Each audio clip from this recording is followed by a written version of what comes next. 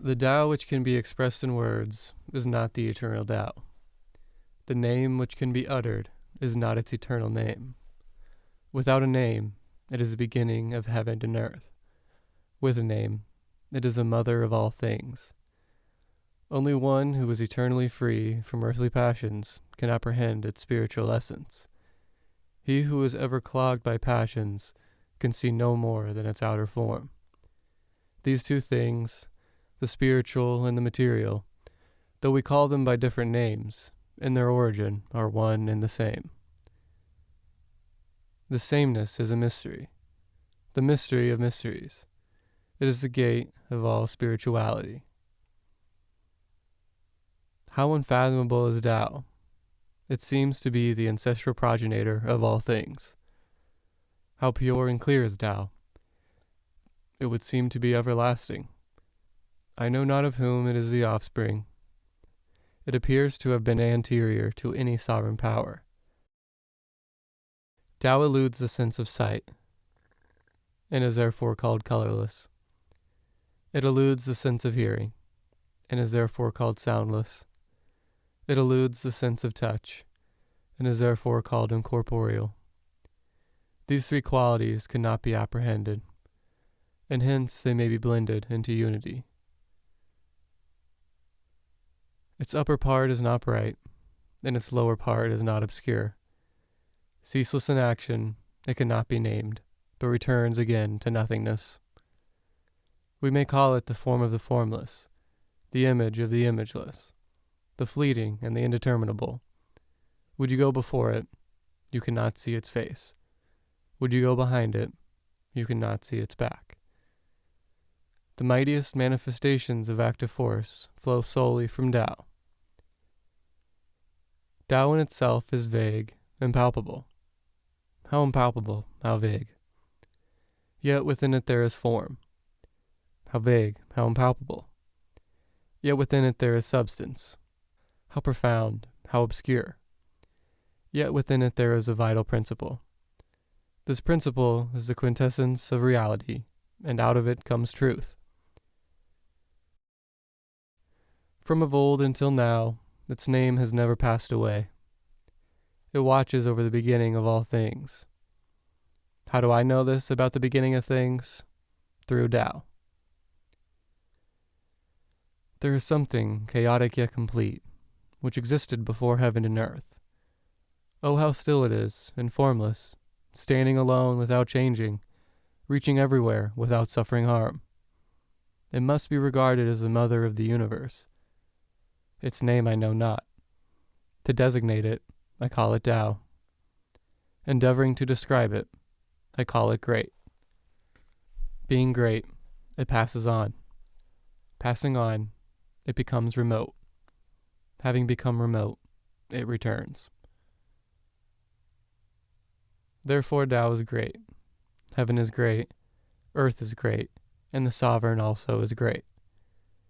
In the universe there are four powers, of which the sovereign is one. Man takes his laws from earth. The earth takes its law from heaven. Heaven takes its law from Tao. But the law of Tao is its own spontaneity. Tao in its unchanging aspect has no name. Small though it be in its primordial simplicity, mankind dare not claim its service. Could princes and kings hold and keep it, all creation would spontaneously pay homage. Heaven and earth would unite in sending down sweet dew, and the people would be righteous unbidden and of their own accord. As soon as Tao creates order, it becomes nameable. When it once has a name, men will know how to rest in it. Knowing how to rest in it, they will run no risk of harm. Tao as it exists in the world is like the great rivers and seas which receive the streams from the valleys. All-pervading is the great Tao. It can be at once on the right hand and on the left. All things depend on it for life, and it rejects them not. Its task accomplished, it takes no credit. It loves and nourishes all things, but does not act as master. It is ever free from desire. We may call it small. All things return to it, yet it does not act as master. We may call it great. The whole world will flock to him who holds the mighty form of Tao. They will come and receive no hurt, but find rest, peace, and tranquility. With music and dainties, we may detain the passing guest. But if we open our mouths to speak of Tao, he finds it tasteless and insipid. Not visible to the sight, not audible to the ear. In its use, it is inexhaustible. Retrogression is the movement of Tao. Weakness is the character of Tao. All things under heaven derive their being from Tao in the form of existence.